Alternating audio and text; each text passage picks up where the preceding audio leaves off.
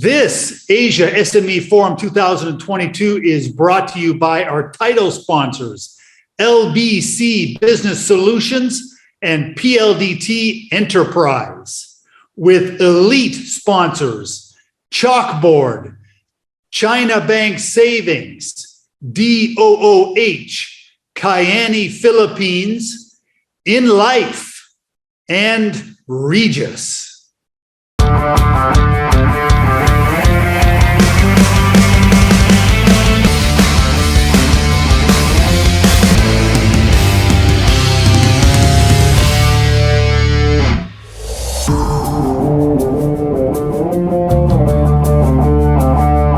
Welcome everyone to Asia SME Forum 2022, where we celebrate entrepreneurs and entrepreneurship.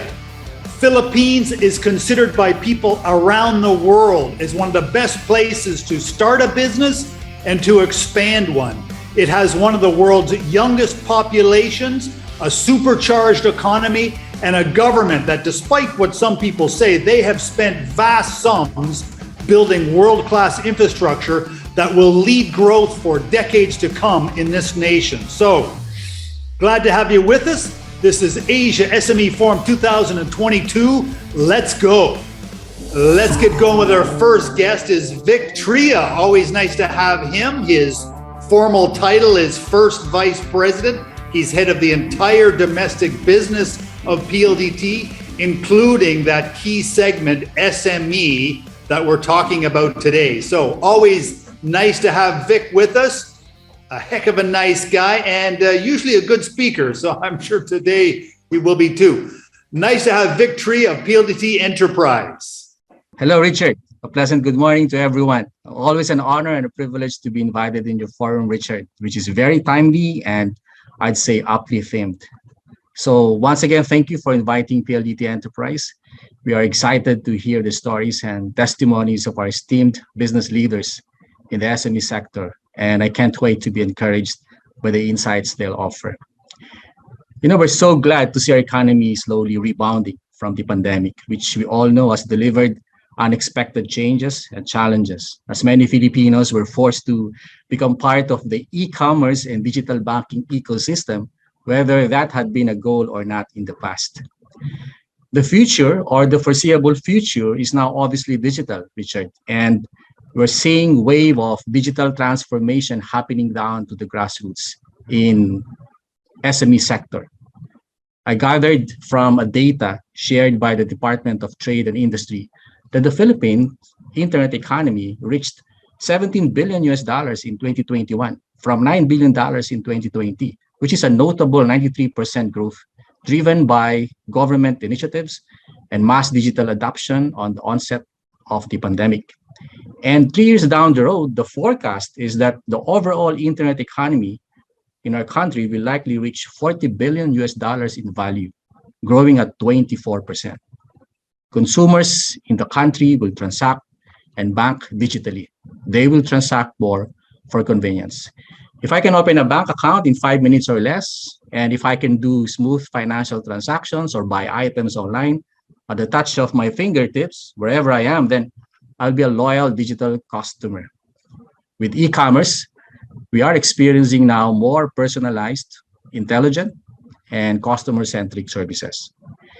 Even the usage of PayMaya, the PLDT Group's fintech company, surged during the pandemic, reaching over 41 million registered users across its consumer platforms.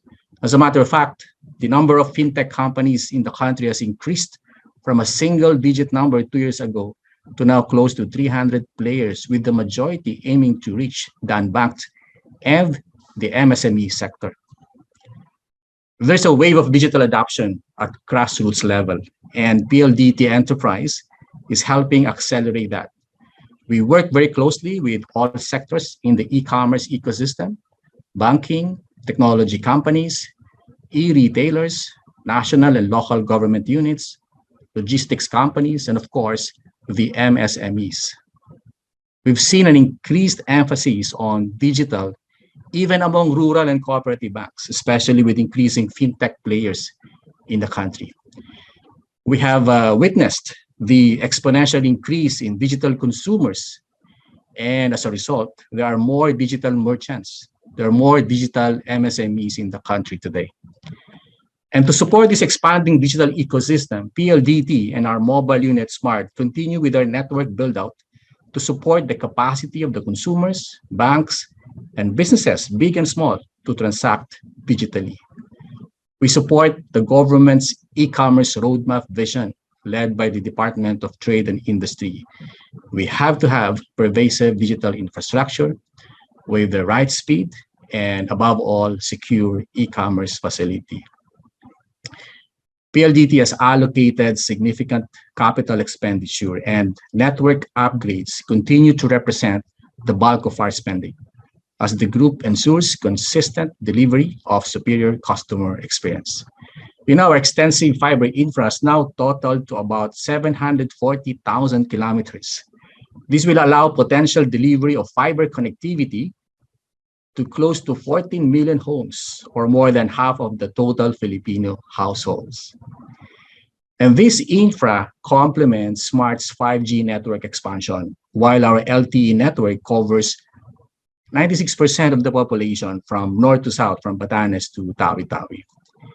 We are with the government in helping accelerate the regional competitiveness of the country. The average download speed today in the country is at 50 Mbps versus global average of 59.8 Mbps. The cost per Mbps with continuous speed improvements has gone down significantly to now 25 pesos per Mbps from 60 pesos per Mbps 5 years ago.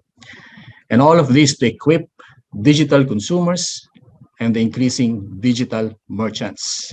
And hopefully this will encourage more and more micro, small, and medium enterprises to pivot to digital. We're actively going around helping MSMEs upskill and reskill in the area of technology. We're bringing the internet closer to communities. We've been partnering with local government units in providing fiber infra down to barangay level. And we will continue to invest in data center facilities and cybersecurity and aggressively expand our international subsea fiber cables to ensure a global and standard digital environment in our country. Just want to assure everyone that the PLDT Group is committed to provide the infrastructure and relevant technologies down to the grassroots, the micro, small, and medium enterprises, and contribute to the country's e-commerce roadmap. Once again, Richard, thank you. Looking forward to today's discussion. Very good. Thanks, Vic.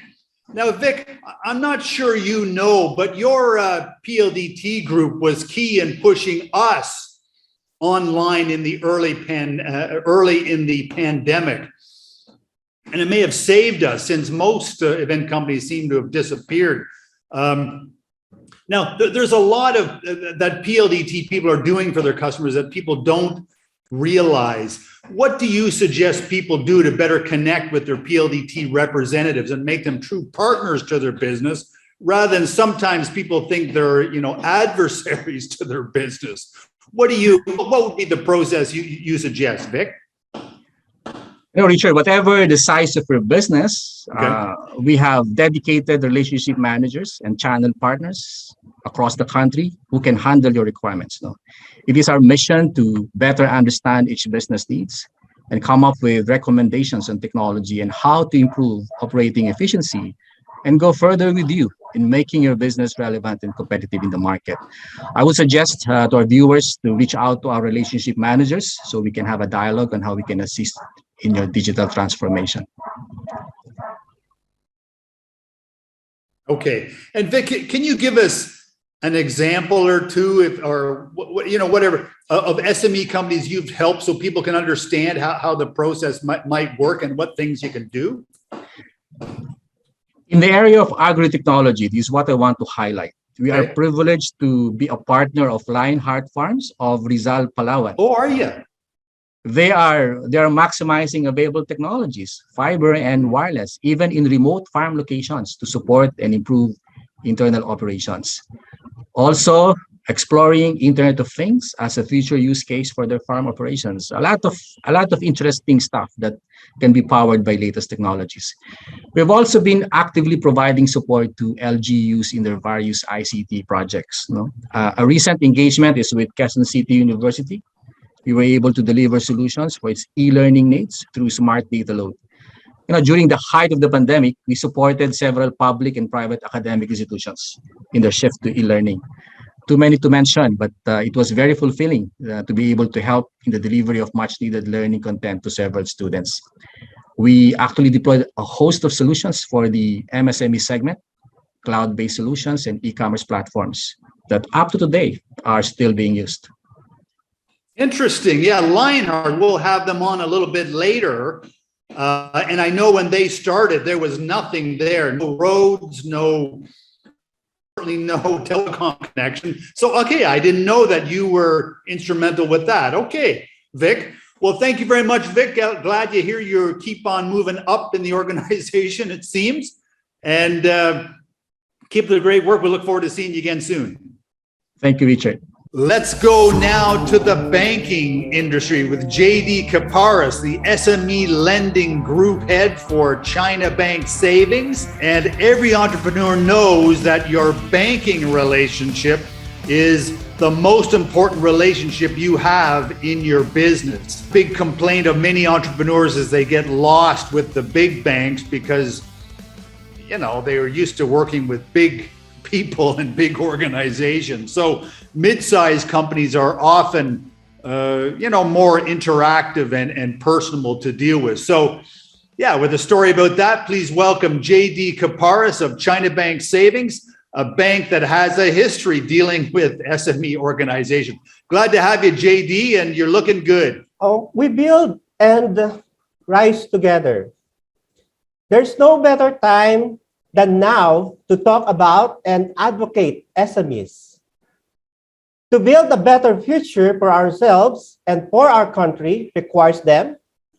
For the SME sector is vital, and the future development of the Philippine economy will depend on them.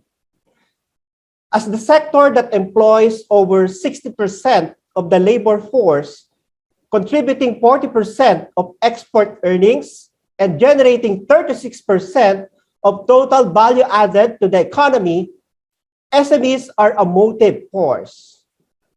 CBS China Bank Savings plunged into SME financing in 2011 with the goal of building a relevant SME business and is sustainably successful and profitable. Our merger in 2015 with Planters Development Bank, the largest private SME bank at that time, reinforced this franchise and brought in best business practices and passion that continues today. The SME sector is the engine for nation building.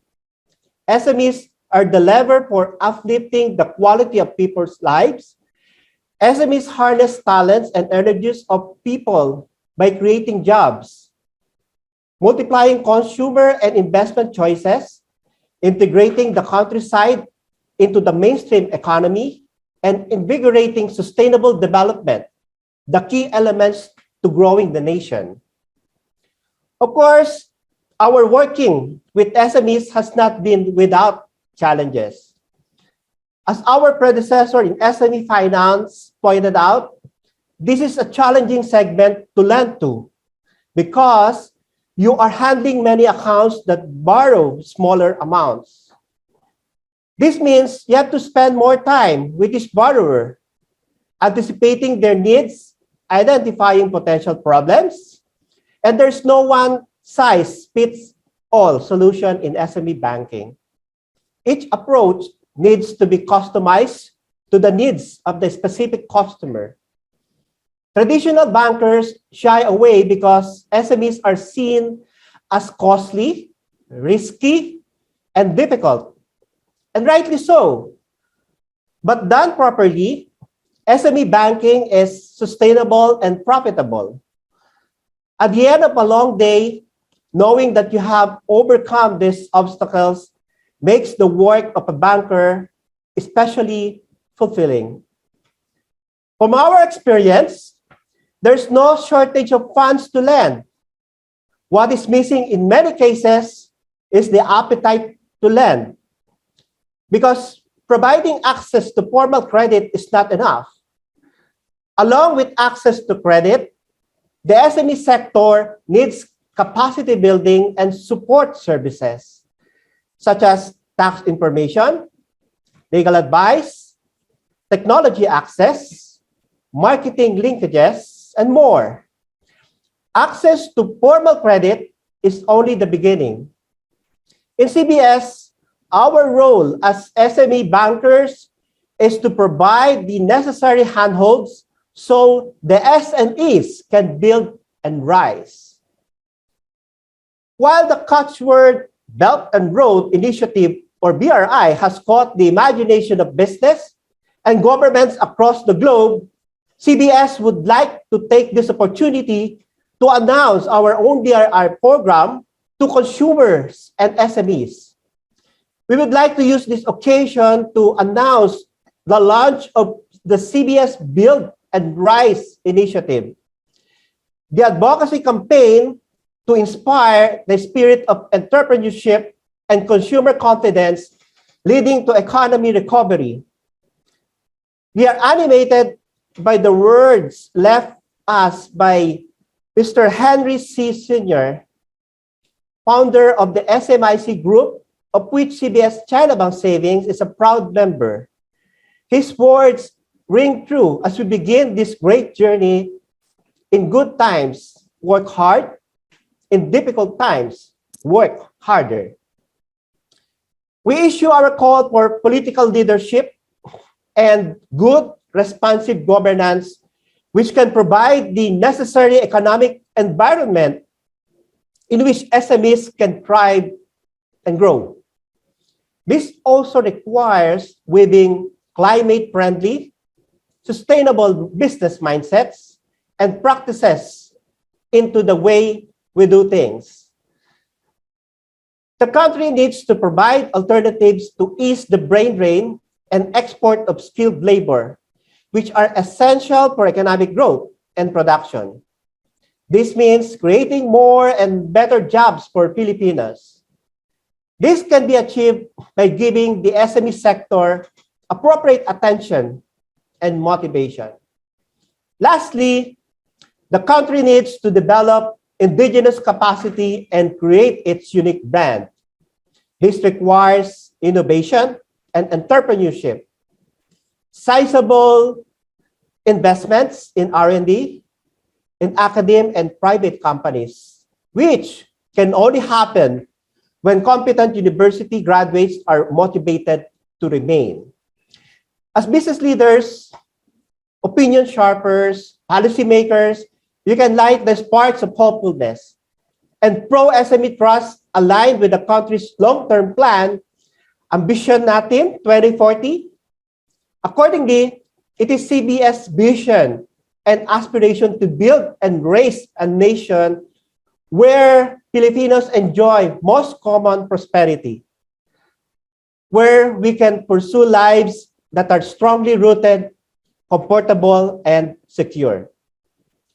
Let us build and rise together. Magsama-sama tayo para sa kinabukasan, para sa matatag, maginhawa, at panatag na buhay para sa lahat. Okay, thanks. That was very good, JD. Now, I'm glad you mentioned Henry C. because I read that China Bank Group was a big impact to him when he was getting his business going. Now, how would an entrepreneur come in and deal with your bank? Do they just walk in and say, I'm an entrepreneur and I'm looking for a bank relationship? We are here more on as a consultant, and we wanted again to raise the bar in terms of creating more jobs in the economy by helping out these small and medium enterprises launch their respective enterprises. What's the kind of, everybody talks about in business about the unique differentiator between your group and others. What do you think that would be in your dealings with SME enterprises? It is very evident now that the micro and small and medium enterprises has become the lifeblood of most economies now. And in fact, Yes. it's also the job generator and economic driver in our country. However, central to the economic development of SMEs is access to finance, because the availability and cost of funds determine the firm's ability to compete, expand, and probably withstand the business related stresses.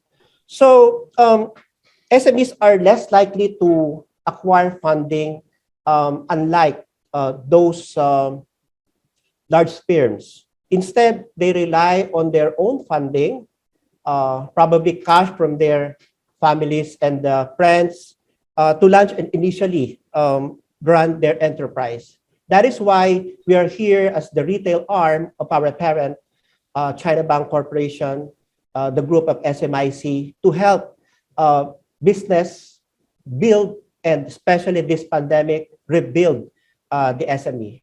And as I said earlier, 95% globally comprises of SMEs, business worldwide. And in our local setting, it's actually over 99%, comprising of micro, small, and medium enterprise. Okay, well, thank you very much, JD. So I will have you back again sometime to hear how you're doing, because it is such an important segment and we really want to promote and facilitate it. It really is the future of the nation. So thank you again, JD of China Bank Savings. Let's get going with our next guest is Gerald C. He is the managing director, among other titles, of Straightforward Fashion Merchandising. He has founded a number of e-commerce companies, Straightforward Delivery Express, a store-to-door delivery service, tailored projects, all kinds of other things. Works with different types of organizations, 7-Eleven, Cebu Pacific, Enchanted Kingdom, on and on, but has had a lot of success with e-commerce. And a statement he just made was, people spend a lot more time on their phones than they do on their malls. So we need to make sure, all of us, that we look good on our phones and on our internet network. So yeah, good to see a nice, young and very enthusiastic entrepreneur. Please welcome Gerald C. of Straightforward Fashion. Glad to have you, Gerald. Thanks for having me, Richard. So during the pandemic, we've seen a lot of our stores really empty out in traffic, right? We've been seeing our stores zero in on sales because not a lot of people were going out. However, we were able to really keep ourselves alive only because prior to the pandemic, one of our guiding principles was that we wanted to succeed online first. Even before we open stores, even before we launch products, a lot of what we do is really guided by the idea that we want to succeed online first. And Richard was right when he said that, a lot more people are present more in their mobile phones than in malls. Well, actually, that came from me and he echoed it. Yeah. So during the pandemic, we spent a lot on building our content production team, so much so that I think right now you would see a lot of brands really close down. And these are brands that have existed for a long, long time. What they're forgetting is that a lot of our audience really begin their shopping not in malls, but they begin their shopping in their mobile phones, right? So that's where we really want to win first. Now, fast forward to today in this digital world, one of the greatest gifts that our generation, as millennials and Gen Zers, that we're able to receive is the gift of, the ease of doing business online, right? There are so many tools like Facebook ads, Google ads that are just a click away, and it's not rocket science to learn it, right? Gone are the days wherein if you wanted to get your word out to hundreds and thousands of people, you had to secure billboard spaces. You had to secure like, out of home advertising, right? But today, the if you wanted to reach millions of people, all you need to do is, just Google how to do it on Facebook ads, Google ads, TikTok ads, so and so. So why am I sharing all of these things? Why am I sharing how important it is to, to get your hands dirty on all these new digital tools? It's because it's a lot of the progress that our nation will a lot of the progress that our nation will have to go through will have to come from small players like us, right? And that's why it's very important to pursue entrepreneurship. The idea of creating something out of nothing, the idea of creating wonderful things out of resources that are available left and right. And what's more important is that it's become so much easier now than ever before. So we've heard wonderful stories in the US of people who can easily tap suppliers from China and have it sold directly to their customers in the US. That's so much easier to do now. I mean, we have a lot of global sourcing partners that can do that for us. Well, now, Gerald, I understand you have a number of physical locations as well. How do you make them work with your online presence? Do they support each other, or are they separate business lines, so to speak? They support each other so much. In fact, let's say we're opening a store in Cebu, right? That's far down south from Manila. We see a lot of uptick in terms of checkouts in our website whenever we choose to open a store there. So contrary to popular belief that brick and mortar stores kind of kill e-commerce, they actually work hand in hand. They actually get to grow the audience significantly more. Yeah. Okay. And I understand you've partnered with one of the biggest kind of logistics company, LBC. How do you work with them? Sometimes, entrepreneurs and big companies have a hard time, working together. But you seem, you indicated it seemed to be working out okay. Is price the only only thing that's exciting, or how do you do it? No. I mean, I've actually tried a lot, and there are a lot of couriers that knock on our doors every day, right? But the reason why I work with LBC is they just do not give me the headache. They do not give me the headache of knowing, like, we do a lot of cash on delivery, right? Oh, yes. So very, very clear remittance reports. Whenever I need a document sent out, right? And it needs urgent treatment, LBC is the only way to go. They get it there in a matter of a few days, way faster than all the other players. Amazing. It is amazing. I don't know how anybody does it. Yeah. Okay, that's interesting. And now one of your ventures is a tailored project. Does that mean tailored clothing that you're selling online? Right. How do you do that? So I think that comes with being in the retail business, that we force ourselves to be present everywhere. We push ourselves to be present every time, right?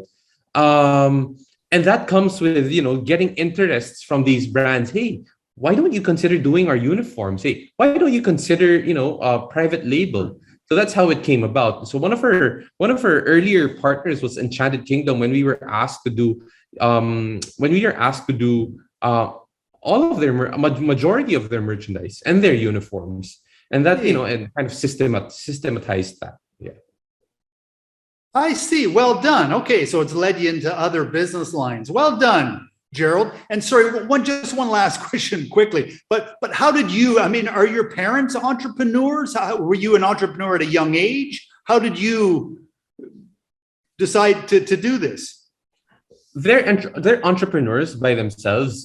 They do a lot of various businesses, right? But one of the things that they really instilled in me was the gift of ambition and the gift of hunger, right? I mean, hunger in the figurative sense, right?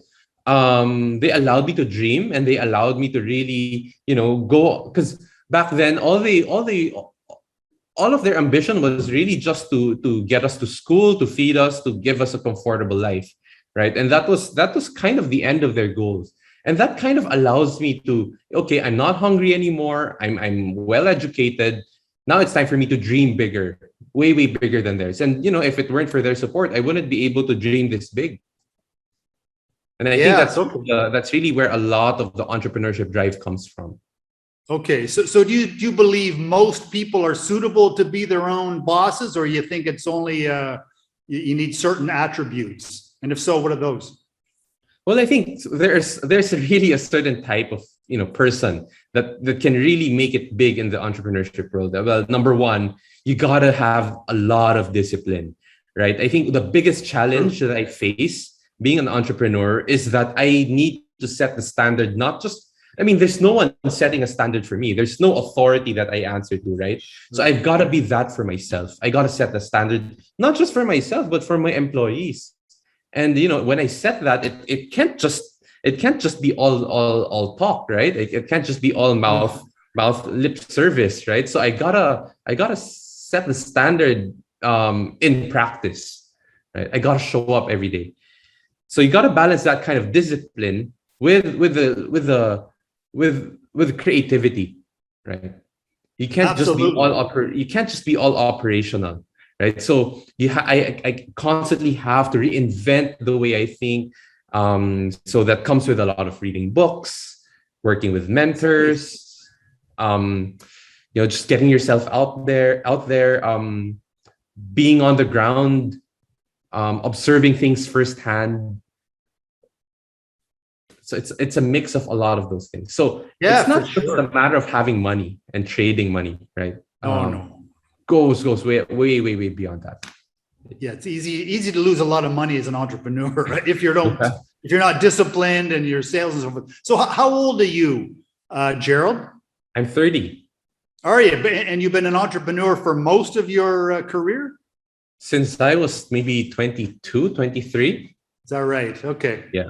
Good for you. All right. Yeah. Very good to see. Well, thank you very much, Gerald C. And yeah, we look forward to having you again in the future and seeing all the things that you're doing. So thanks again. Amazing. Thank you for having me, Richard. Welcome. Our next guest is Alvin Karenza, the CEO of Digital Out of Home Philippines. You might not know the name, but you certainly have seen his products. He has many of the country's largest and most prominent billboards all over the country at strategic places. One of them is called the largest billboard in the country and Southeast Asia. It's along Edsa Street. So an interesting story. Please welcome Alvin Karenza of Digital Out of Home. From a startup business with only 5,000 pesos as capital in the mid-1980s, Digital Out of Home Philippines has emerged as one of the leading billboard companies in the Philippines, supplying the billboard requirements to several local and global advertisers. Then known as Mac Graphics Carans, with hand-painted billboards, the company grew to become one of the foremost billboard companies in the country, with world-class and larger-than-life photographic billboards and spectacular displays. Evolving with the changing times, soon it became a digital billboard provider, developing and managing the biggest and tallest digital screen on EDSA, a 34,200 square foot display we call One EDSA, which was inaugurated in the midst of the pandemic in August 2020. Basically, that's how the company started and has evolved through the years. It was set up after the EDSA revolution, got scammed, swindled in the second year, rose up, got up, and then launched a project during the pandemic. What a way to do business. Every crisis brings opportunity that I believe, and that's practically how DOOH became to be. The 1980s was an uncertain time. What if we did not pursue our business after the People Power Revolution? What if we gave up after we got swindled? And what if we did not push through with One EDSA in 2020? Today, One EDSA is a force to reckon with, being the most modern and highly technical digital stream located in Mandaluyong City. It has been helping global and local brands in their products and services with much successful campaigns. Likewise, it has also been providing free broadcast announcements to government agencies in the midst of the pandemic. Indeed, there is no best time to start a business but now. This is Alvin Karenza, currently CEO and President of DOOH Philippines.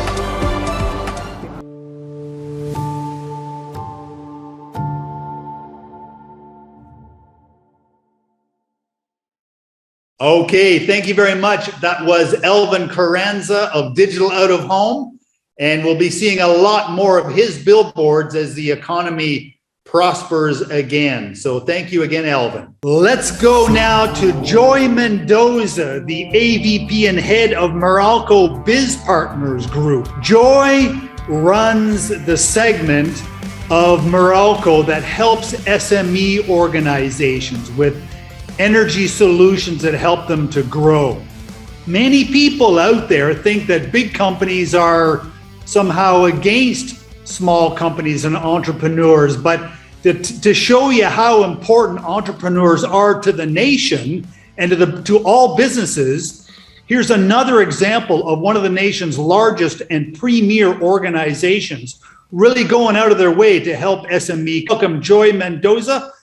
She's going to help you of Meralco Biz Partners. Glad to have you, Joy. Thank you so much, Richard, and to your team for this invitation, because this is an opportunity for us to share how we have been empowering our SME customers amidst all the challenges we have been facing. Meralco is segmented into three in order to manage and address the varying needs of our customers. Doing so will allow us to focus and customize solutions that are timely, relevant, and match with the specific needs of our customers. We have the residential customers, micro businesses, and local government services being managed by our home and microbiz group, while corporate and national government services are under the care of our corporate partners. Our small, medium enterprises, just like you, are being served by our segment, the Meralco Biz Partners Group. Meralco is more than just a power distribution company. We play a proactive role in helping businesses operate efficiently and grow with or without the pandemic.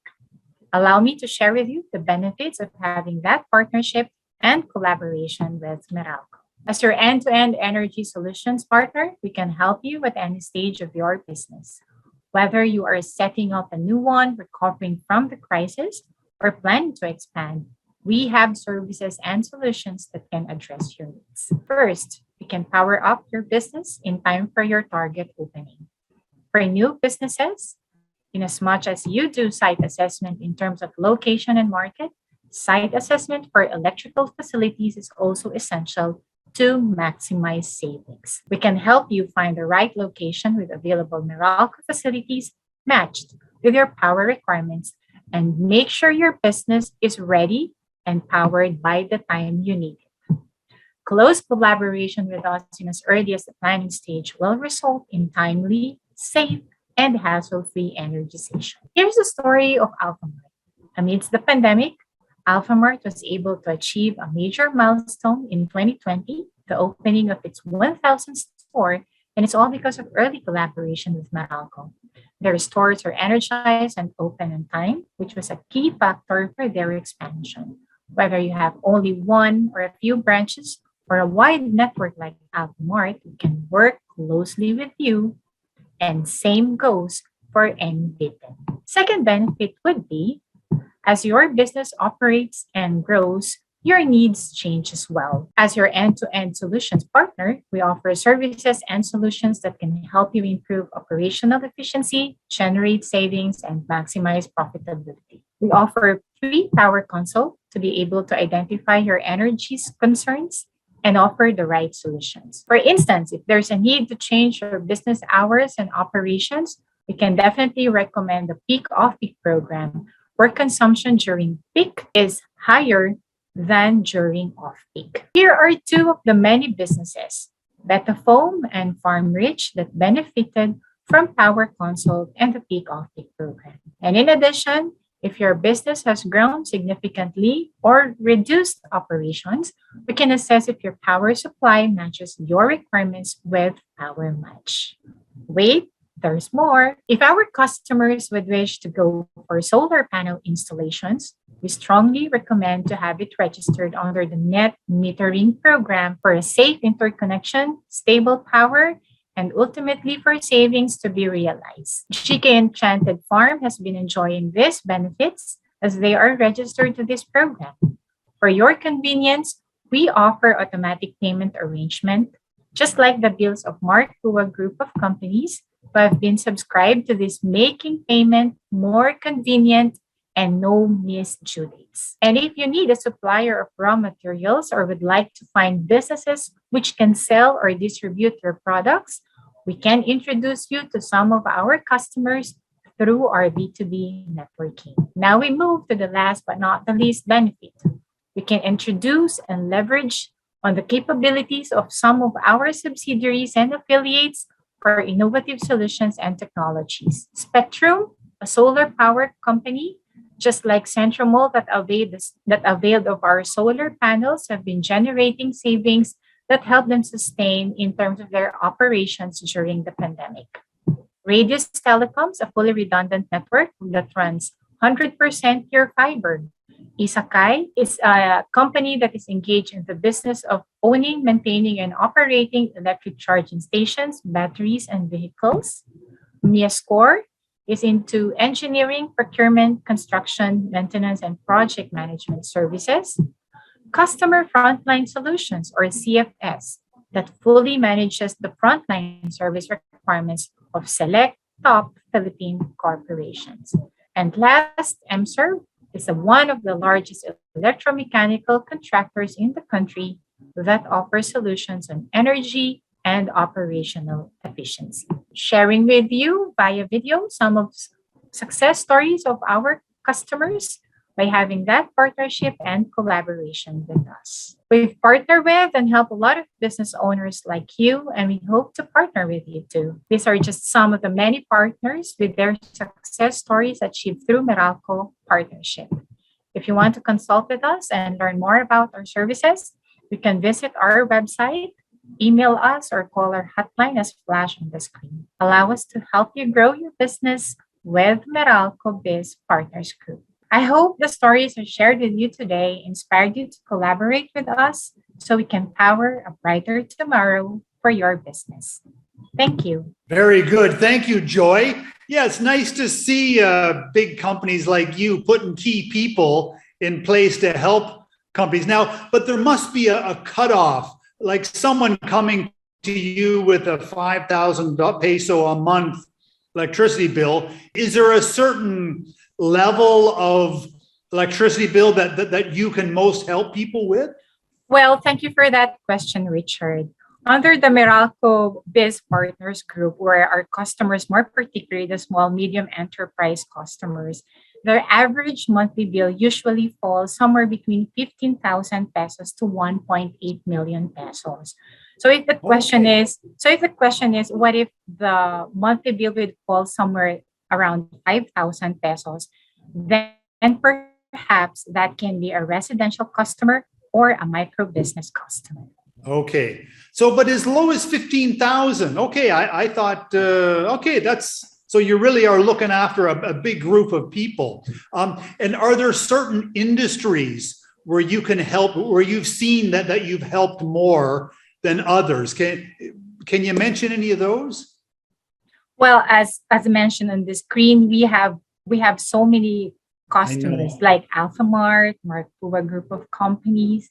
We have Engbitin, and some more that you can actually see on your day-to-day TV commercials. Those are just some of our customers with our partnerships with Meralco. Okay, and the process. Now, how long does the process take roughly? I know it changes for each customer, but can you give us some idea? Richard, the very important answer would be the acknowledgement or the feedback to the customer. Regardless of the services that you would be availing from your Meralco Biz Partners group, we intend to acknowledge and feedback to our customers within 24 hours. Oh, I see. And yes, and from there, we will reach out and sit down with you and discuss with you how we're going to take the next steps and achieve the ultimate goal for your business. Okay, very good. And I know you're working toward online payment and things like that. That's also a big benefit, so that small entrepreneurs don't like standing in lines to pay bills. So, but that's pretty far along too, I think, isn't it, Joy? Right, Richard. In fact, during the onset of the pandemic in 2020, Meralco has been pandemic-proof in terms of accepting payments because we have our Meralco Online coupled with our automatic payment arrangement.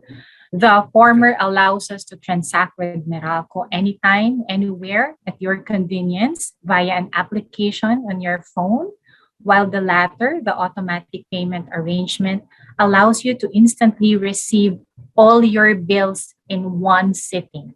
Like, for instance, Richard, you have so many branches, you don't need to wait for your bills one after the other day. On the first day, on the second, or on the fifth day, you'll readily receive all the bills in one day. I see. Okay, well done. Okay, Joy. Well, like I said, it means a lot to all entrepreneurs to see people like yourself and really doing a lot for small companies, because sometimes people think, or people don't realize how important entrepreneurs are to the nation's economy. So we really appreciate you being with us today. So thank you again, Joy Mendoza of Meralco Biz Partners. Thank you. Thank you so much, Richard. Let's keep going to our next guest is Leo Ocampo, who is based in Bulacan, but has operations in, seem to me, like remote areas of the Philippines. He is a fast-growing mid-sized company, and he serves small, mid-sized companies around the world. People often say, forget about the call center business. It's now only for big companies. Forget it. Companies like Leo's are really leading the path and focusing on these small and mid-sized companies that the big companies can't or won't support. So doing fantastic business. So an interesting story of real development and creating opportunities for Philippines. Please welcome Leo Ocampo of 3S Offshoring and Outsourcing. Glad to have you, Leo. Hi, Richard. Hi, everybody. So yes, my name is Leo. I am the president and CEO of 3S Offshoring and Outsourcing. So I vividly remember day one where we actually started in a very small room. I remembered we have two agents in that room. And with just having two agents, we actually were able to build up from that small campaign to where we are at right now. Currently, we have 300 strong workforce, and we support primarily businesses which are startups, smaller businesses located in the United States of America. So these are the businesses that are actually not able to outsource to the bigger players. They were telling us their frustration that because they can only actually outsource to up to 10 agents, then there's actually not much of an interest coming from this big companies or outsourcing businesses. So here we are helping clients like them to actually address their needs, and we act like their standard arm to ensure that the needs that they actually outsource to us will be able to be catered properly. So At the moment, we are growing. Our clients are very happy. We are now opening our third location in Pili in Camarines Sur. Richard, you're correct. It's actually a suburb part of that particular province. We have 400 stations there. In Bulacan, we have 375 workstations, which is 90% occupied.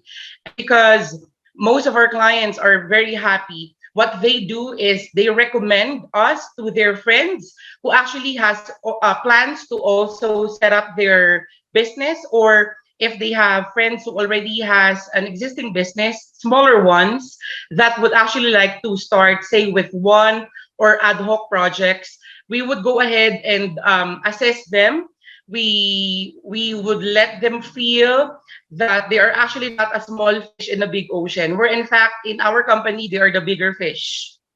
We have no clients from the Fortune 500 to 1,000 companies in the US, but we are proud to say that we have 30 clients who are smaller ones and actually able to also realize their growth potential because they're partner with us. So what's make us great actually is to be able to serve our clients and not go into the pricing war. We are the company that actually is able to make this startup businesses, SMEs in the US to actually hit their sales targets, because we are able to assist them to streamline their processes, identifying which are the problems that we actually need to mitigate, or whatever we need to revise. We have projects where we started with voice projects, then we actually are able to form that particular business and add additional lines of business that would include email support, chat support, and even social media through the use of Facebook. So we will actually continue to, build and innovate on our experience to ensure that we continue to help our clients, for them to actually realize that when they outsource to a partner like us, was also not pretty much very big, they are able to realize their commercial objectives, because we provide more flexible resources that links the costs that they actually pay to results. A lot of our employees at the moment, they have been with us for 5 to 8 years already. They have a lot of offers from other companies to transfer to them, but they opted to stay with me. They have grown from agents to directors now in my company. Actually, I don't hire external forces to start as a leader in my business, in my company. Everybody has to start as an agent. They have to, ensure that they understand the culture that we have, because we are a startup. It's pretty much not a very much easy path to start. We don't really have like perfect streamlined processes. We always adjust. We always listen to what our people would say to make them happy, and we implement that. Us being a smaller player, we provide the complete benefits that our employees would also be able to find in the bigger players. So we ensure that they are covered in terms of their health insurance. We have HMOs. All of the government statutory benefits are provided to them, and our rate, in fact, is very, very competitive. 60% of our current population is non-voice. So what it means to the economy is that even those who are not able to speak very good English would have the chance and the opportunity to work with us, because they don't really need to speak English, but to work in using different technologies and channels in order to communicate to our clients. And these are somehow templated. So even if they are just high school graduate, they are welcome, and they are able to actually get decent job, and be paid very well as well, to help their family, to provide food to the table as well. Now, Leo, a few years ago, I remember everybody telling me that forget about being an entrepreneur in the call center business. It's a big company game now. And yet you have shown otherwise. What do you think? So the focus is on these startups and small companies. Is that a growing area, do you think, long term? Yes, it is. It's definitely a growing area, which is being snubbed by the bigger players, because they are smaller fish, and they don't want to work with companies whom they feel they would spend the same level of time by acquiring big clients as well. So say they would have a telco for 200 seats, and one company would just outsource 2 agents. They don't want that. They will definitely not take that kind of business to their company. And so we step in. We help this kind of businesses to realize that those 2 numbers would definitely also grow in the next coming months or so. Everything starts from small. We have, as I said earlier, we have a client that we started only with 2. Now we are at 50. So that actually proves that we start small. We realize all of the opportunities, all of the ways and channels to actually grow their business. We talk to them. We listen to their customers. The feedback would be discussed during our business governance reviews, and we create products, services from those opportunities. Bravo. Yeah, that was kind of a leading question, actually, Leo, because what I understand, and this is the biggest opportunity, is this small, and I bet you soon you're going to be dealing with mid-sized companies as well. And it's all greenfield. They haven't done anything, so you're not trying to, you're not in a price war and these kinds of problems. You're really working with people, like you said, and building relationships. Leo, getting customers, you mentioned that it's kind of word of mouth. True. Is it really that easy, though? To be honest, we have to, Richard, to be honest, we have to prove our worth. So when we have our first 2 to 3 clients, we really worked hard to show them that we are the right partner for them, and we will definitely be able to deliver. So it's sleepless nights, as you know, we work at night, we sleep at day, the stress, the deliverables, the reports, the demand, the people demand, the client demands. There's so many things that we have to do, we have to address. But you just have to really believe to your people. You hire them, you train them, you let them grow. You just have to make sure that they do understand their role, the objectives that we are actually trying to achieve, and be very transparent to them where they are at versus the target. What are the metrics or the SLAs that they are doing good? So bravo. What are those that they are being challenged with? And so we sit down together, we talked about it, we discuss the room for growth or for the improvement, and they definitely would improve. And we are very transparent to our clients as well, that these are the part where we need to change, because this is not effective anymore. We have to insert this kind of tool because we believe that we will be able to automate other processes, so we don't need to actually hire more people. So your costs will not go up, but the results will definitely triple or quadruple. That's how we do it. Okay, so fantastic.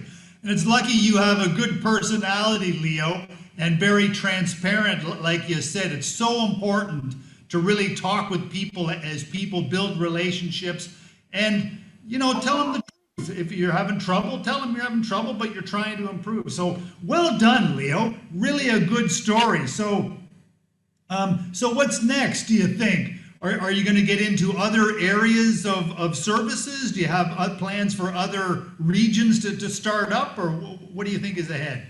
The plan, so last year, before we end the last year, we already talked about the expansion plans. So we would actually be going to those areas that are not they're suburb, they're far flung, there's really not much of an opportunity there. So that's our plan, to expand there. We also have investors coming in, so they would actually help us realize those plans in the next coming months and years.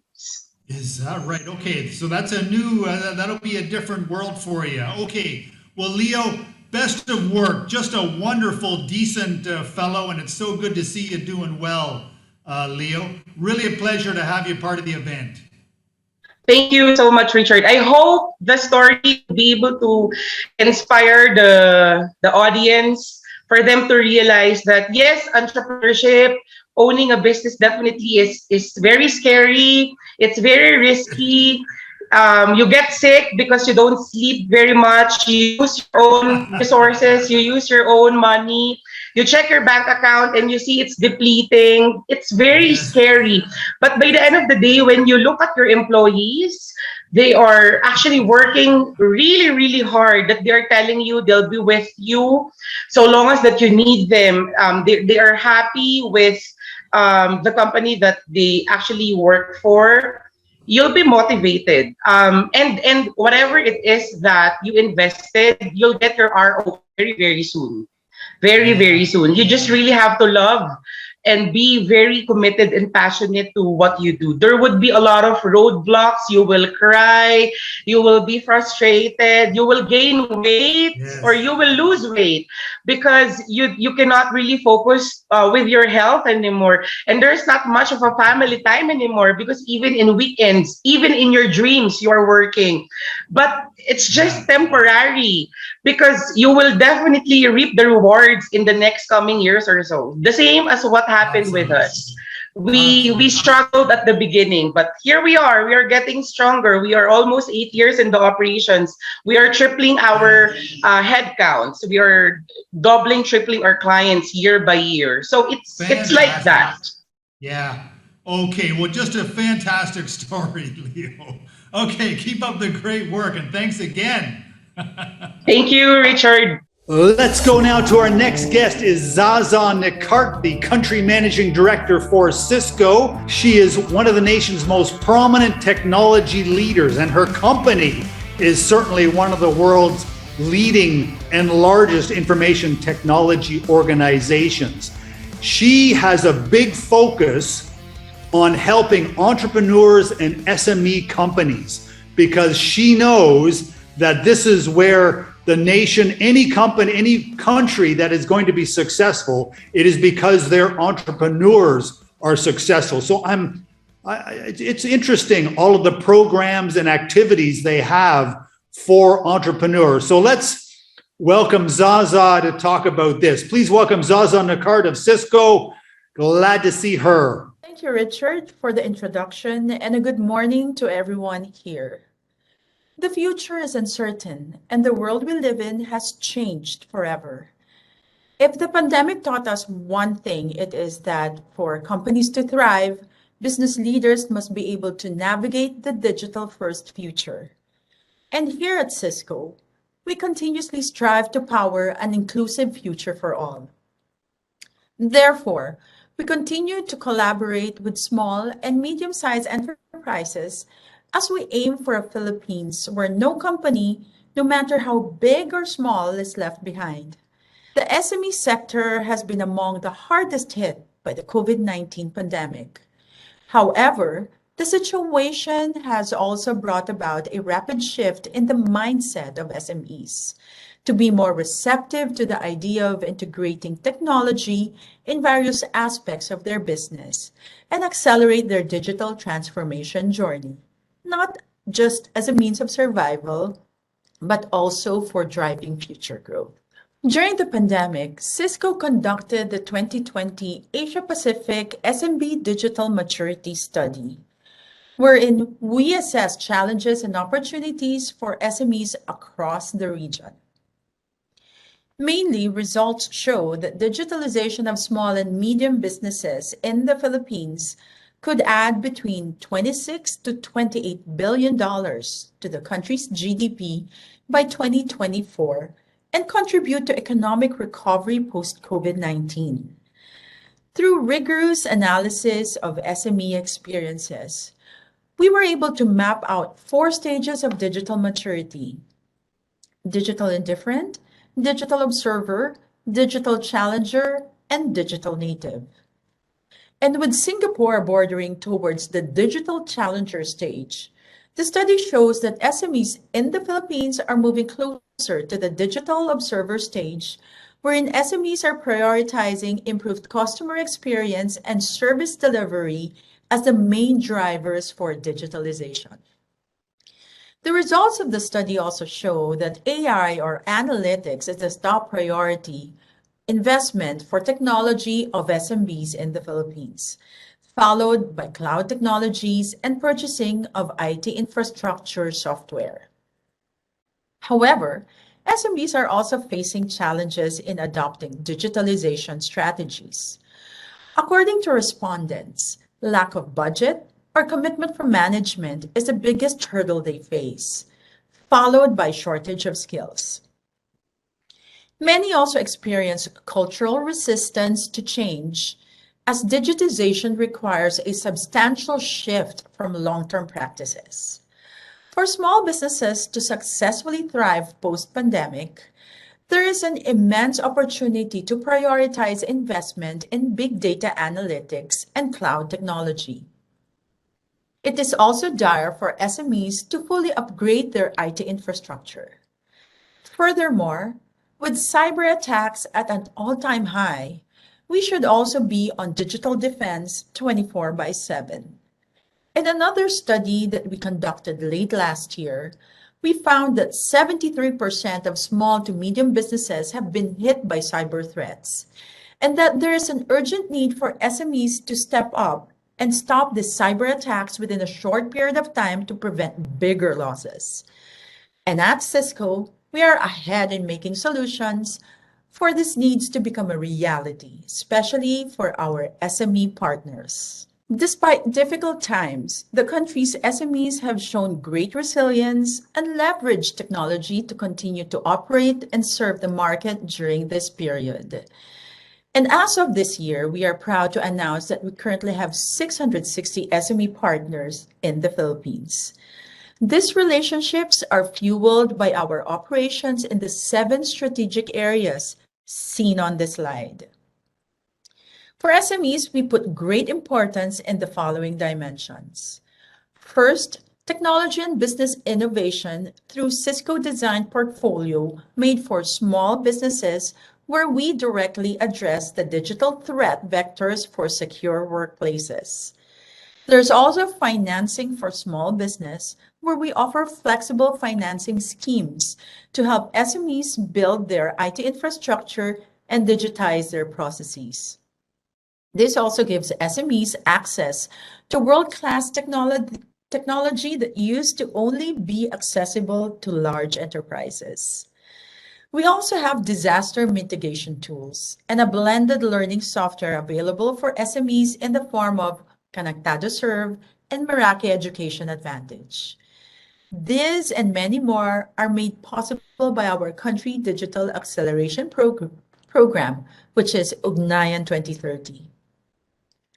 For new routes to market, we help traditional businesses digitize their services and adopt to the cloud through our managed services. And we've made our hardware more accessible to SMEs nationwide through our Lazada stores. Meanwhile, one of our proudest initiatives for social innovation is Cisco's Networking Academy, a training and certification program in partnership with DICT and TESDA 98% of our students are easily able to get either a job or a new educational opportunity after having been certified by the program. All these products and services are customizable depending on the needs of a specific SME. On a wider basis, we work closely with governments through our national engagement strategy and build collaborations across the entire ecosystem to ensure that the benefit of digital technology reaches each and every Filipino. Above all, we remain committed to establishing trust and transparency with all our customers and stakeholders in the market. And for SMEs to fully leverage new technologies, all stakeholders need to play a role. The government is already taking the lead by introducing measures to help Philippine SMEs on their digital journey. At Cisco, we are proud to be playing our part. On the technology front, we will continue to service businesses of all sizes in our efforts to create a digitally inclusive Philippines.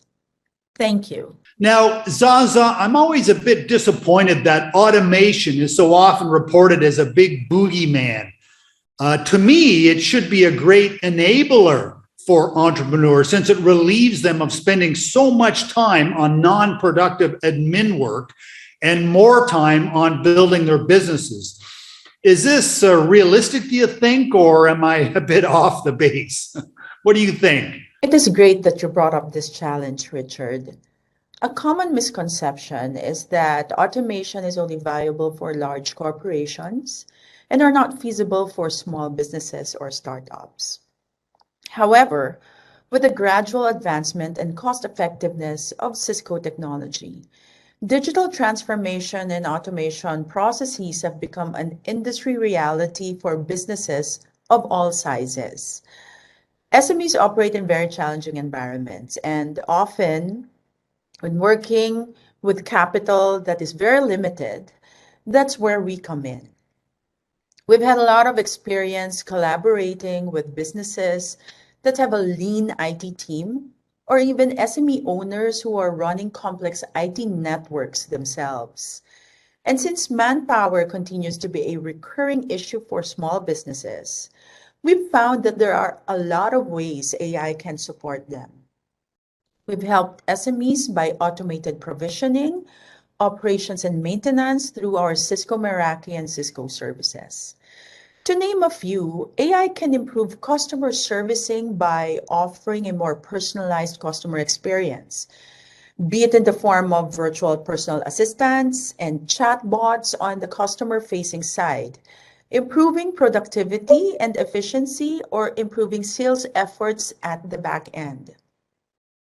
As AI technology becomes more accessible and more affordable, industry leaders in the SME space should ride this trend and evaluate the multiple components of AI to see which fits best into their business model. Okay, that's interesting, Zaza. Now, can you give us an example or two of entrepreneurs that you've helped and the process it took based on the 7 points of your Cisco, presentation? What can you tell us? We work with a lot of SMEs, and they see acquiring Cisco technology as a competitive advantage. There's one particular SME we worked with that really stood out. It's a preschool that had to transition very quickly to online learning, just like every company during the pandemic. They were particularly focused on security as they are dealing with small children and their privacy is extremely important. The lockdowns were swift, so they only had 1 month to transition from face-to-face classes to online. We helped the school successfully launch their online curriculum in less than a month, and they delivered their classes mainly through Cisco WebEx, which is our main collaboration platform. This doesn't just mean video conferencing. It also meant interactive games and activities, even a year-end program for the students, all done through the platform. They needed something completely secure but easy to use at the same time, since the children's parents also have to learn how to use the platform. The preschool was able to continue their business as well as their very distinct teaching methods through WebEx. Thank you very much, Zaza Nickard of Cisco. And yes, another big company, big promoters and supporters of SME companies. So glad to have Zaza. Let's go now to our next guest is Christian Mueller. He is founder, president of Lionheart Farms. A lot of people don't understand or even maybe respect a bit the ag tech sector, but there are huge opportunities for this.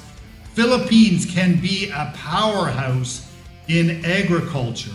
Christian is one example of that. He went to what seems to me like a remote area of Palawan, where he is coming to us from today, and he founded his company. He'll explain a bit more, but coconut products.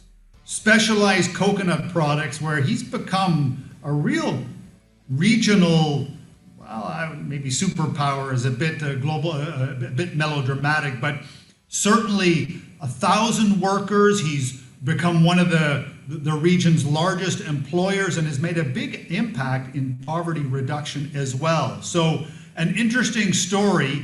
Welcome, Christian Mueller, Lionheart Farms. Glad to have you, Christian. Hello, everyone, and hi, Richard, and thank you for inviting me. Well, I think this is obviously a subject that's very dear to my heart. Entrepreneurship, I've always been very committed to young people, and I've always been very inspired in terms of, you can say, sharing on one of those what I consider to be most important aspects of building any nation and building society building, etc., which is of course building businesses, help drive the economy.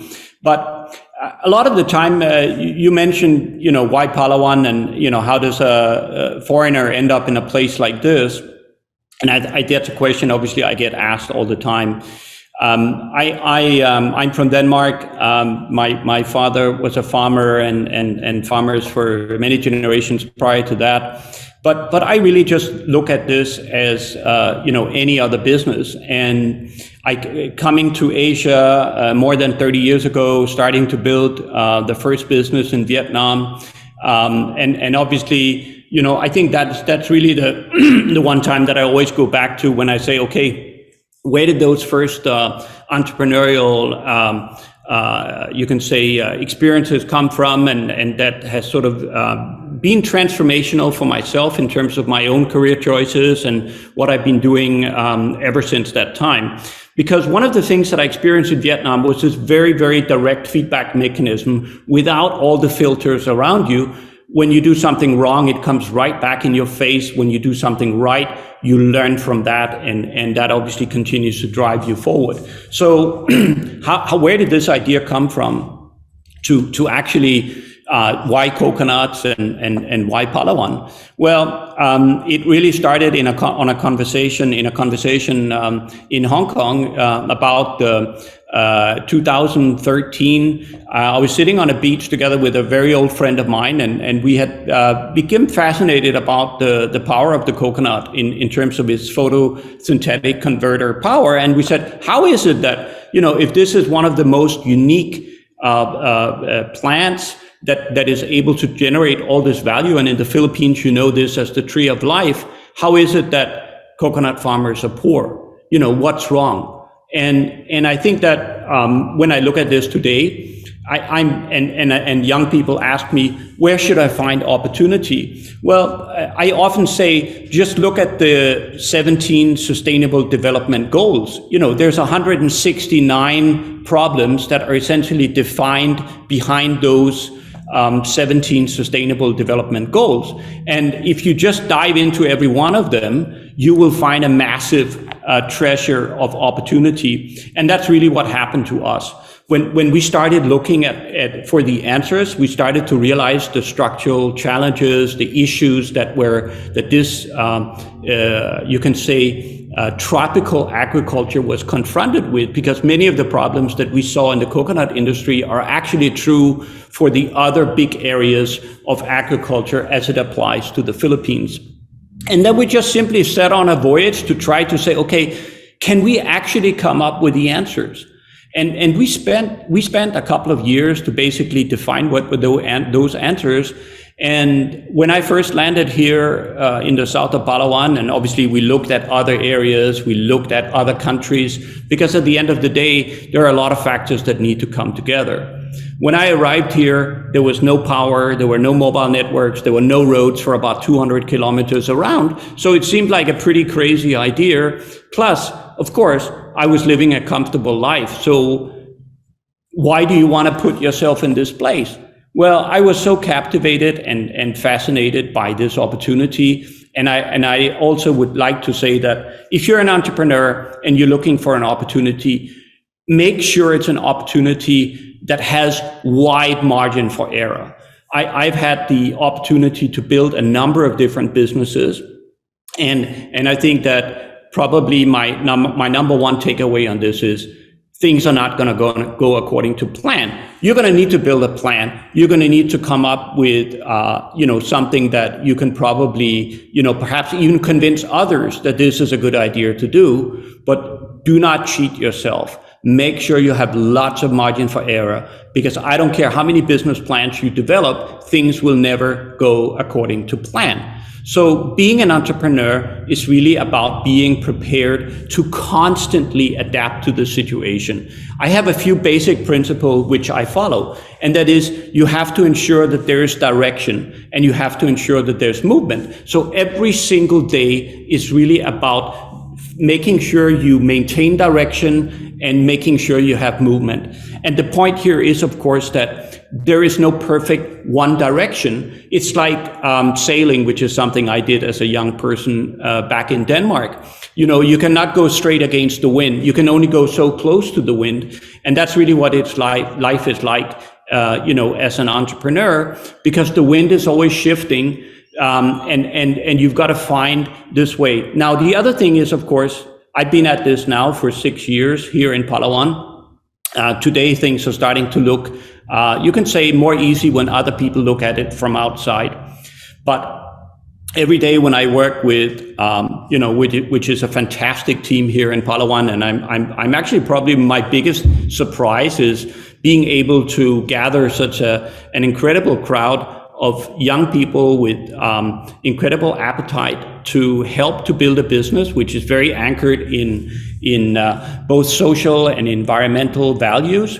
And what I always look at with them is, make sure that we can drive the passion. Make sure we can get everybody to understand what it is that we want to try to do. And once you create that passion around direction and around movement, then it's a question of having respect for the fact that if you take a year, what are we talking about? We're talking about 50 to 52 steps. So imagine you're looking at a period of 5 to 6 years, you're really talking about just 250 to 300 steps.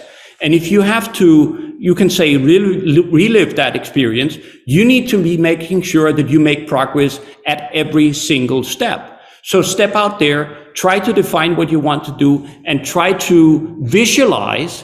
Visualization is super important to being an entrepreneur. And at every single step, you've got to do something that's meaningful. You got to do something that moves you forward. And I think that's kind of the story about how Lionheart Farms emerged in such a relatively short period of time, and how we were able to, perhaps come up with one of those transformational concepts of how the opportunity within tropical agriculture can be realized and how the Philippines can become an agricultural superpower. We don't provide the only answer, we provide one of those answers, and we're excited about that future. Thanks, Christian. Now, Christian, could you just describe the kind of products that you create in your operation?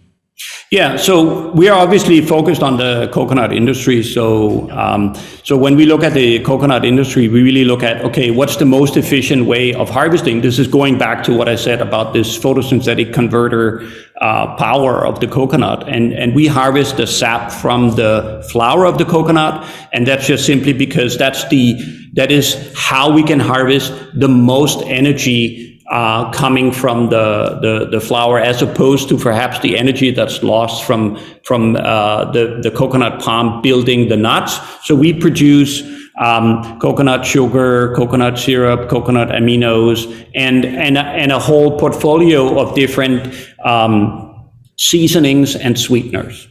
I see. And there was ready customers for these products? I mean, and you knew who they were? Like, how did you, I didn't think you did know who they would be. Well, I mean, obviously, when you start a business and you come up with an idea for something like this, so relatively many years ago, you don't know who the customers are going to be at that time. Okay. But what we did was we actually just simply said, we're focused on bringing sustainable sweeteners to the global market, and we were actually just driven by the simple fact that there's got to be a market for healthy sweeteners that's low glycemic index, and you have got diabetes just being one of many challenges to global health. So we were looking at all of those, and we defined 3 keywords, which was healthy, sustainable, and traceable. And those are global trends that we identified, and we kind of built the whole business model around that. And we anchored it in being very socially and environmentally responsible.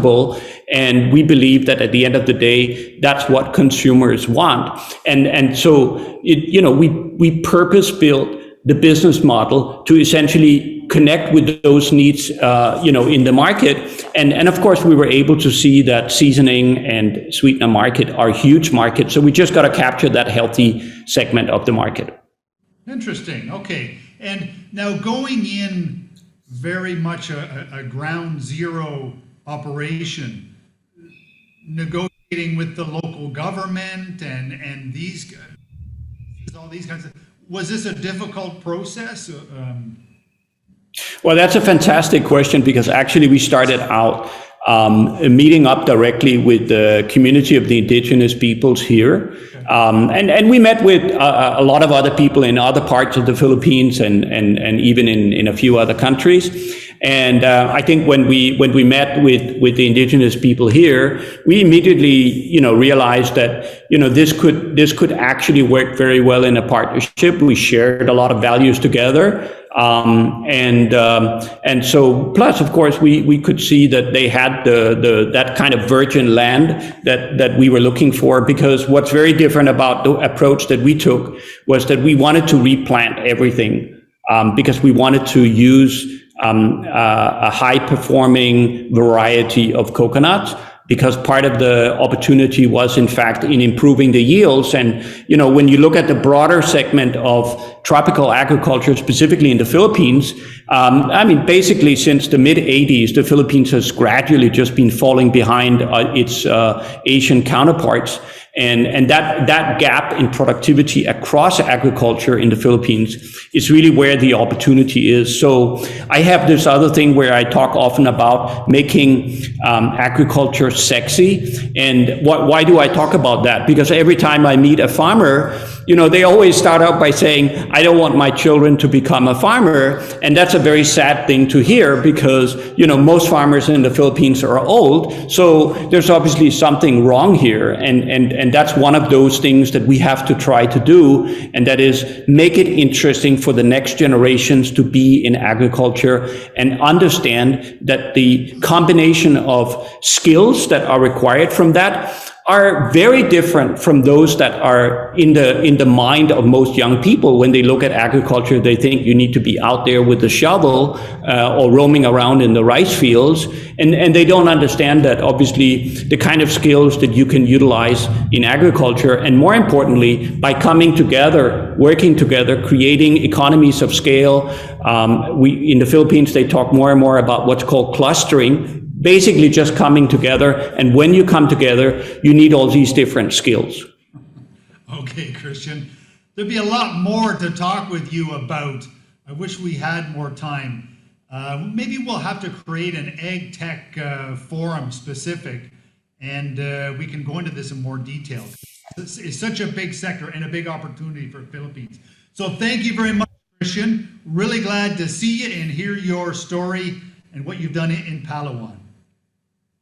Thank you. Let's go to our next guest is Von Valdepeñas. Well, the title I saw first was Country Managing Director of Goodwill Industries. This is a large global nonprofit organization, but Von is an entrepreneur. He has a construction company, a bus line, and sells various supplements and health products also in many places. So let's hear an interesting story. Please welcome Vaughn of Goodwill Industries and other activities. Glad to have you, Vaughn. Thank you, Richard. Mabuhay. Thank you for having me here in the Asia SME Forum. Let me start by asking a simple question. Why did you go into business? Most would say it was a childhood dream, or someone must take over the family business, or simply because going into business excites them. Which one is yours? I know all entrepreneurs will agree. What motivated you to go into business and the intensity of that desire will always determine your results. I am Von Valdepeñas. I have been an entrepreneur all my life. Just out of college, I started my first business, a gasoline station. I was earning about 200,000 immediately because of that venture. I attribute my success because mainly of my education and technical skills. I graduated with management economics degree, and no doubt, my training gave me the skills and the knowledge necessary to face the business challenges during that time. My advice, always sharpen your skills through education, may it be short courses or full-time degree. Until now, I take up seminars, go to conferences like these, and learn more about finance, marketing, and management. Trust me, education is an advantage in business. After my gasoline station, I invested heavily in technology. In 2005, I was co-founder of Asianware, Global Connect, and Summit Tech Incorporated. Asianware is an IT system reseller. Global Connect was a call center and a Summit transcription medical business. For Asianware, it was a disaster. In 2008, the financial crisis hit the Philippines. Corporations cut back in technology spending. Furthermore, we invested heavily in ebooks, spending too much in promotions. Sadly, we were too early for our ebooks. We have to close shop. My sharing, accept failure gracefully and have the perseverance to move forward. With a failed venture, I went to constant self-reflection, revision, and change.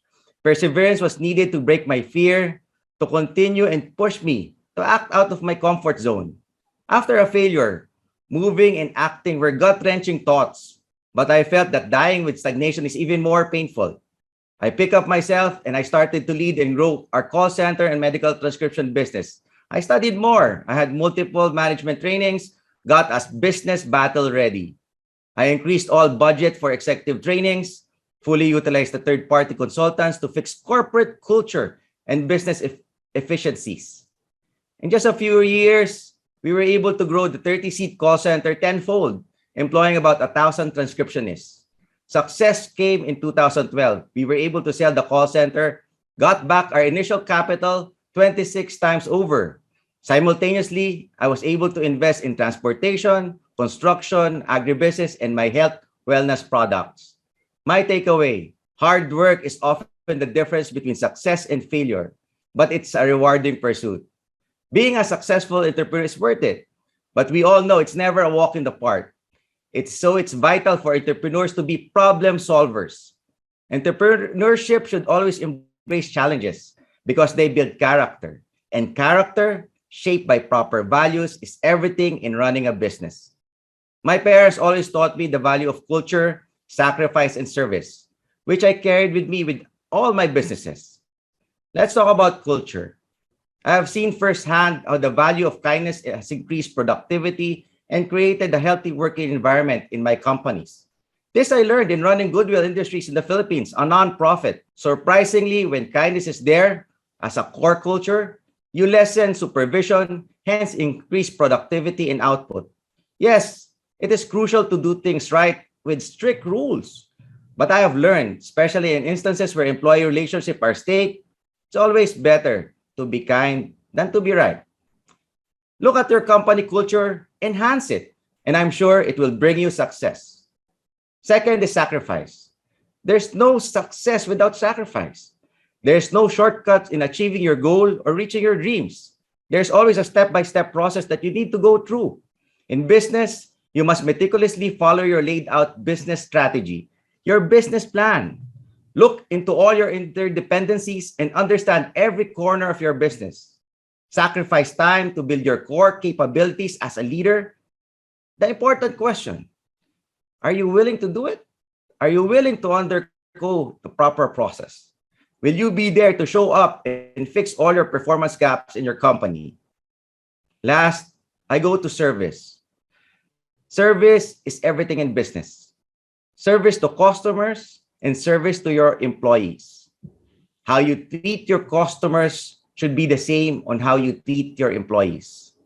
Yes, great structural solutions or internal systems in place is not enough for success. In my experience, when you hold your people accountable, you should reward them more. Let your employees know you care for them. Include them in all your company vision. As entrepreneurs, we have to share our strategy, our capabilities, and our culture and our passion to our employees. Love them, and they will serve you well. As I end my talk, I would like to commend all entrepreneurs for your resilience. We are gearing up for more challenges as we recover from this pandemic. It is part of life. Continue to embrace your personal mission that is uniquely your own. You will have a clear strategy to achieve your purpose. You then motivate your talented employees, hence satisfy your customers. In turn, they will reward you with sustainable financial performance. As I repeat, what motivated you to go into business and the intensity of the desire will always determine your results. Thank you and God bless. Very good, Vaughn. That's interesting. And now, Vaughn, what kind of a recommendation would you give to other people? Because starting your own business is also a good way to go broke, but how do you not go broke? I mean, you've got various companies in different industries. I'm sure there's been some hard experiences as well as good ones. What do you think is most important when you get going in a new business? Yeah, I think the value of continuous learning for me is the top priority. Okay. Focus on developing your skills to handle these challenges, to give a wider perspective, and to enable to see you more opportunities for your organization. I recommend to others, rather than hiring people with the credentials, you should learn. You should be the one to fix your organization. You can pass on the knowledge to your managers and business partners. And personally, as an entrepreneur, the duty should be there for you to really learn how to move forward with your business.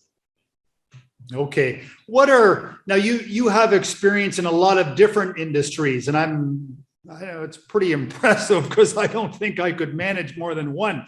But what do you think are some of the industries of the future? I mean, you have, consumer products, transportation, you have what do you think is more what you want to focus on? On a personal note, I want to focus on technology still, because technology gives you innovation. It gives you more jobs that will be geared towards the next generation. I think we focus on more innovation here in the Philippines. It's better to focus on those businesses right now. Given the pandemic, my other businesses went to technology transformation. We had to go cashless. We had to go upgrade our systems. We have to all handle the new technology given the work from home here in the Philippines. So I believe that technology is a big opportunity here in the Philippines as we grow and move forward during this pandemic. Yeah, that is such good advice. Sometimes people say it's important to have technology and e-commerce. I think it is absolutely critical Because like someone just recently said to me that people spend more time on their phones than they do shopping in malls. So if you're not good at that. Now, Vaughn, as an entrepreneur, I think you mentioned that your parents were entrepreneurs. Was this obviously it was an important, okay, you're nodding. So it was an important influence for you, but for people who don't have, parents who are entrepreneurs, how do they get entrepreneur experience? Do they just have to try it and then screw it up once or twice before they learn, or what do you suggest? So my suggest is always follow your desire. As I said, it all boils in what you are excited to do and what you want to do. Entrepreneurs have that vision and their mission, and they have a dream to move forward. They innovate. For example, I went to technology because I want to change things in my society. And as in Goodwill, we wanted to change how persons with disabilities move forward and give them livelihood. So it really depends on what your interests are. But for me, being an entrepreneur is very, very challenging. That's why you should be a very good leader. You have that heart and that character to move forward. I suggest moving forward that this is where we are, and entrepreneurship is the way to go in the next generation. Yeah, it really is. Okay, great, Vaughn. And sorry, Vaughn, I'm asking a lot of questions here, but how did you talk about continuing learning and technology? How did you, I didn't see you as a technical person, but you've obviously had to learn that. What sources did you learn from?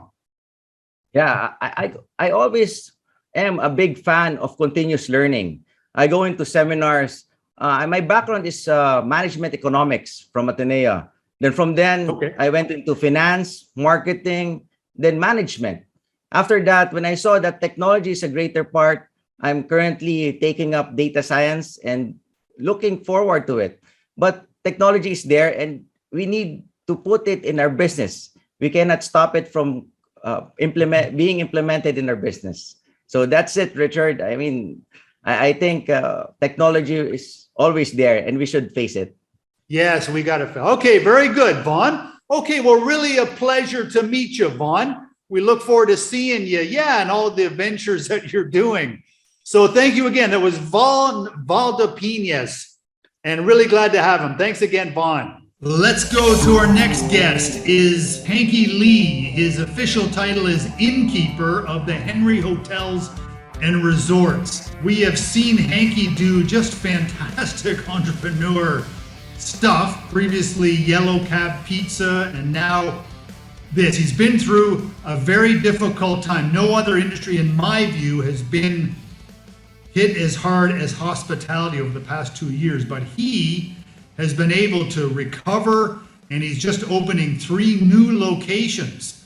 So a tremendous story and a heck of a nice fellow. Please welcome Hanky Lee of the Henry Hotels. Glad to have you, Hanky. Hello there, everyone. Richard, and Rebecca, thank you very much for this privilege, right, to share in your SME forum, right? And it's always been fun to be in your events, right? And thank you always for thinking of me, right? You said entrepreneur, and really that's who I am.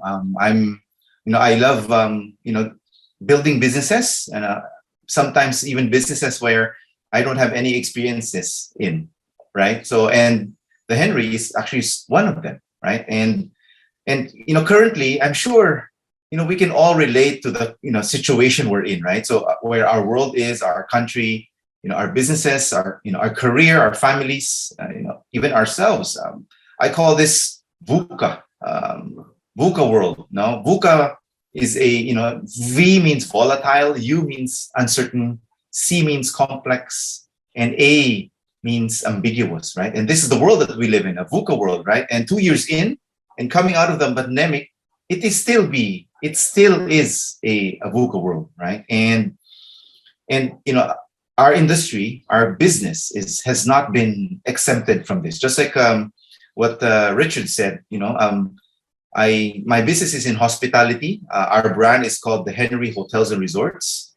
We develop and manage not only hotels but resorts all over the Philippines, right? And we, our industry has really been one of the most impacted. Technically for 2 years, we were closed.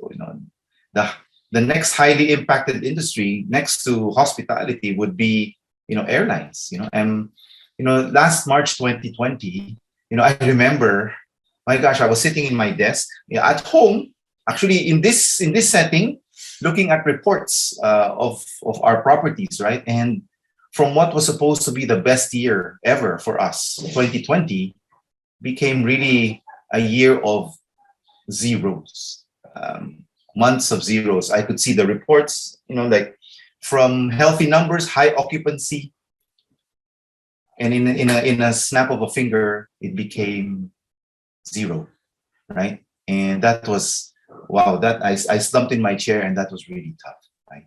But coming out of this, I have to say, I'm grateful and blessed to survive at this point in time, and to forge ahead, right? So how did we survive at this point? How did we arrive at this point, right? So if you don't mind, I wanted to share with you 3 learnings or 3 key takeaways I had since March 2020. And one of them is this principle of mountaintops inspire us and valleys mature us. So 2011 was my mountaintop. I sold Yellow Cab. That was a brand that I co-founded with 2 other partners. We just sold it to a third party. And then that was we had a lot of cash just because we just got bought out, and that was my mountaintop. And the past 2 years was actually, to share with you, was my deepest valley, right? And it's not yet out. We're not yet out of it. I'm still journeying in it, right? There is light at the end of the tunnel, but it's still in it. Richard a while ago asked, how I lost so much weight, and I lost 25 pounds because of this, right? Because of thinking about the business, because it was my deepest valley. My staff still have reduced work days. There's still days where there's no occupancy, right? And it's tough, right? But in this valley of mine, I came face to face with the 3 most powerful words, that someone can ask yourself. 3 most powerful words and 6 letters. And the question there was, who am I? So I questioned everything about myself. I forced myself to go to my very core, and I re-examined my very being, right? Over the past 2 years, I was able to step back and reassess who I am, right? Revisited my purpose, re-examined my values, changed my priorities, right? And assessed my gifts, and actually truly understood that I served an amazing God, right? So that's why this gift has been a gift to me, right? It's been a wonderful time to pause and to introspect. And there is still time. We're not yet out of this, right? We still have time for this introspection. The second thing I took away is I always have a choice. Who we are today is a result of choices. I'm here today because I chose to be with Richard and in this forum to share, right? And just like all of you today, you're here today because you chose to sign in, you chose to listen, and actually now you're choosing between believing me or not, right? So I realized that I had a choice, and that choice is actually mine, right? For several months into the pandemic, I made the choice to be stressed, to panic, to doubt, to worry, to be anxious, to be angry, right? I wrote down those words because so I remember, right? Those are the feelings that are in me. But instead, I chose to be hopeful, to trust, to accept, to pause, to reflect, to maximize, to restart, right? So it's this change in mindset that has allowed me to choose also between crisis or opportunity. It's also made me choose. Do I continue in this business or not, right? Is the Philippines really beautiful, and does it have enough products or enough hotels that can serve the growing market outside of the pandemic? And then the third is to focus on my strengths. I mentioned a while ago in terms of the introspection is I assess my strengths. What am I really strong at? What am I good at? Right? and I'm good at vision. I'm a visionary, right? Our vision for the brand is really to redefine and elevate Philippine hospitality, and that's very clear. That's why my people stayed. My strength was also a COO who was committed and gung-ho, and he's still here today. If not because of him, I would have faltered, right? And third is the strength of the brand. We are a local brand. We're very strong. Our ethos is very strong, and it's seen in all our properties, right? And that's why I just decided to focus on that. So will COVID-19 be the last pandemic? No, because we live in a VUCA world. Now there's a war in Ukraine, right? And it's affected our gasoline prices and our inflation. But this is my key takeaway. I'm truly grateful for these learnings because I will continue to apply them because it is a VUCA world. So valleys are there to mature me, making me better. I have the power to choose. And the third is I need to rely on my strengths. There is no time to work on my weakness, right? So since that day of reading those reports, we actually grew from 2 to 5 properties, able to finish them. So the 3 properties that we opened during the pandemic is in Dumaguete, Laia, Batangas, and now Miranila, Quezon City. We just opened, right? So it's because of these mindsets, these takeaways, these learnings that I took away in this pandemic that has served me in good stead. And today we continue to forge it. So thank you very much for your time. I hope you're able to glean something out of my sharing, and it's up to you to apply any of them. So thank you very much. Very good, Hanky. Now, Hanky, a lot of people are afraid of jumping into entrepreneurship. Is this something that you always were from the day one? Or, because I know Yellow Cab, many people, you mentioned it, but it was also a very big success for you and your 2 partners. But now you're still a young guy, it seems. Was this something from a very young age that you were an entrepreneur, or did you start off as an employee? So I think it's 2 things. One is the conditioning, where your setting is. And then the other one, so there are external and then internal factors, Richard. So in the external factors, my parents were entrepreneurs. They had their own businesses, each independently, separately on their own. And I grew up in that setting, in that milieu, right? And then the second one was interior, right? So the reason I think I started off becoming an entrepreneur was really this desire, this ambition to earn money. That was that at the very start. That was my. Sure. Actually, age 8. I told you this was the time of introspection, right? So I just thought of my journey as an entrepreneur, and when did I really start, right? So I started out as age 8, selling bread to people who lived in my parents' compound, right? So we had some tenants there, and I sold bread to them, right? And because I really wanted to earn money, so I can buy, at that time, Tex. It's called, it's Tex. It's like trump cards and Jackstones. I wanted to buy that. So, and because of that, it drove me to become, an entrepreneur. So interior, exterior. Okay.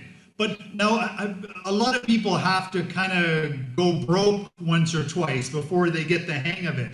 But it seems because you started off so young, you think maybe you didn't have to go through that phase. You just kind of went right into it. Well, let me quit going broke with failures, right? So along the way, I've had so many failures also. So example for the bread, what I didn't count on was spoilage. I didn't know that.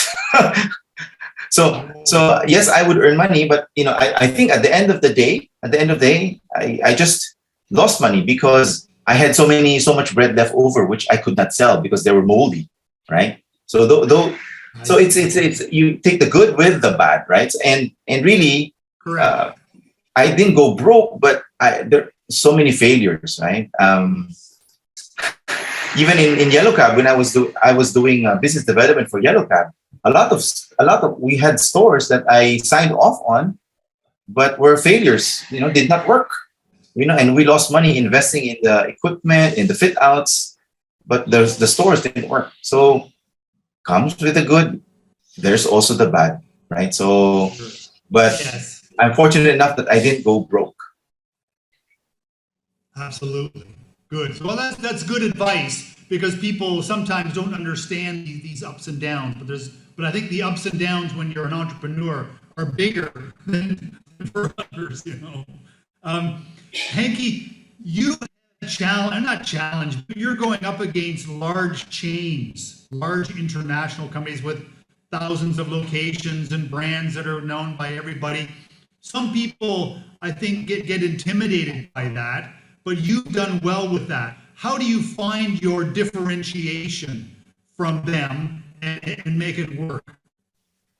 Yeah, I've always been a believer of competition, right? Even in Yaluka, when we were opening, we were up against the giants, right? The giants, they're giants until today, right? And even where I am in hospitality, I'm still competing against giants, right? And they're also bigger than me, right?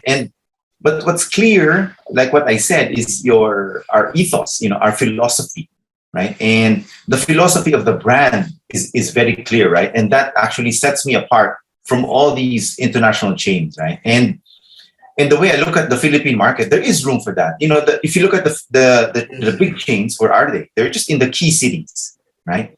But outside, but the Philippines we're the 7,000 islands, 7,641 islands. So are they there in all of the islands? I don't think so. They're not.